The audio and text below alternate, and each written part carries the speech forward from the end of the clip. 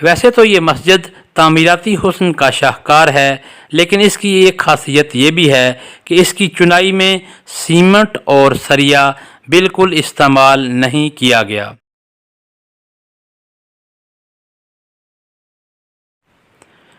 عشق نبی میں رنگا ہوا شخص اللہ تعالیٰ کو اتنا پسند اور محبوب ہے کہ اللہ تعالیٰ اس کے ہاتھ سے بڑے بڑے محیر العقول کام کروا دیتا ہے جو دنیا والوں کو سمجھ نہیں آتے۔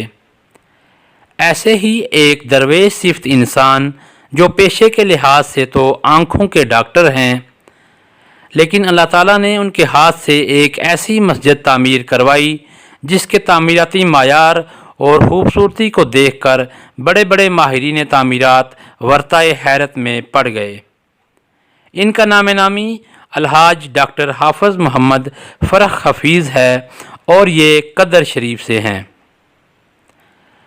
جس جگہ یہ مسجد قائم ہے اس جگہ کی بھی اپنی ایک انفرادیت ہے۔ ڈاکٹر صاحب کے بزرگوں میں سے کسی کو اس جگہ آپ صلی اللہ تعالیٰ علیہ وسلم کی زیارت نصیب ہوئی تھی۔ اس وقت سے یہ جگہ پاک وگا کے طور پر مشہور ہے۔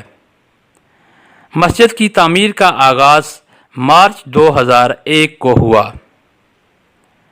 مسجد کی تعمیر کا آغاز ڈاکٹر صاحب کے ہاتھوں ان کے روحانی آداب کے تناظر میں مخصوص تعمیراتی معیار اور حد و حال کے مطابق کیا گیا۔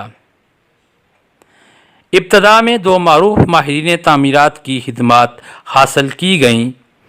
مختلف شہروں لاہور، کراچی، ملتان اور راولپنڈی سے پتھر کے ماہر کاریگروں کو بلا کر کام شروع کروایا گیا، لیکن جلد ہی جس کام کی انہیں ہدایت کی گئی تھی اس کو ناقابل عمل قرار دیتے ہوئے یہ ٹیمیں ایک ایک کر کے رخصت ہو گئیں۔ ڈاکٹر صاحب نے بغیر کسی تعمیری مہارت کے صرف اللہ تعالیٰ کے بھروسے پر اپنی میڈیکل ٹیم کے ساتھ باقاعدہ کام کا آغاز کر دیا۔ دنیا تعمیر کے ان معروف ماہرین نے جب ایک آئی سرجن کے ہاتھوں، جنہیں اس قسم کی تعمیر کا کوئی تجربہ نہ تھا، دقیق و پیچیدہ تعمیری مراحل تشکیل پاتے دیکھے اور ایک ہی ہاتھ سے مختلف فنون لطیفہ، سنگ مرمر کی سائزنگ اور بیلنسنگ، جوڑ ملانے، سنگ تراشی، سنگ مرمر پہ کشیدہ کاری، خطاطی، مانی ہیز آرٹ، ڈیزائننگ، رنگین قیمتی پتھروں کی پالش اور جڑاؤ کاری، عمارتی حسن اور اس طرح کے بہت سارے پہلوؤں پر عمل درآمد ہوتے دیکھا تو قدرت کے اس شاہکار کو اپنی خصوصی دلچسپی کے پیش نظر بطور مبصر تکمیل پذیر ہوتے دیکھنے لگے اور انہوں نے اسے فن تعمیر کا حسن لطافت قرار دے دیا۔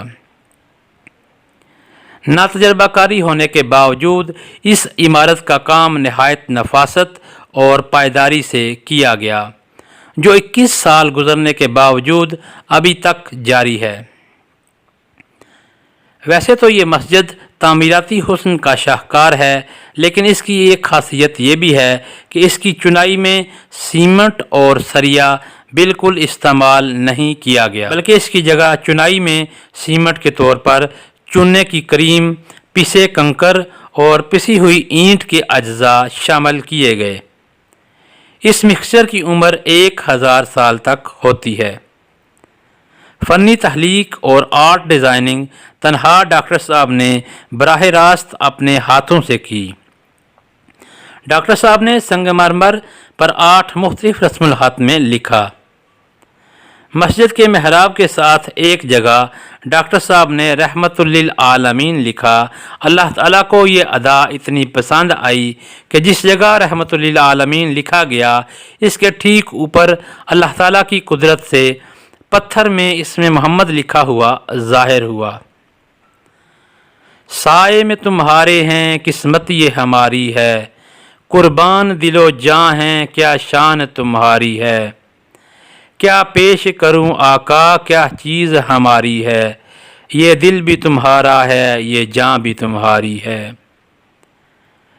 سنگ مرمر کی سلوں کو آپس میں جوڑنے کے لیے تانبے اور اسٹین لیس اسٹیل کی پنیں استعمال کی گئیں۔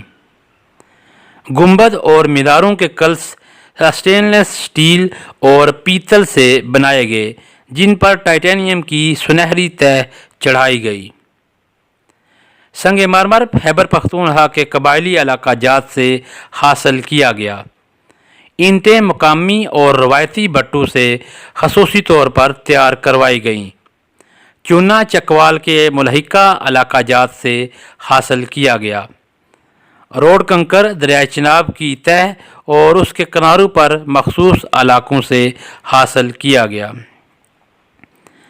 جس طرح یہ عمارت روایتی طرز تعمیر سے ہٹ کر بنائی گئی، اسی طرح اس کی تعمیر میں کسی مقامی، ملکی یا بین الاقوامی تنظیم سے چندہ کی اپیل نہیں کی گئی، بلکہ اس میں سراسر اللہ تعالیٰ کی قدرت کاملہ شامل حال رہی۔ جس جگہ ڈاکٹر صاحب کے بزرگوں کو آپ صلی اللہ تعالیٰ علیہ وسلم کی زیارت نصیب ہوئی تھی، اس جگہ کو بھی محفوظ کر دیا گیا ہے اور کوئی بھی اس جگہ کی زیارت کر سکتا ہے۔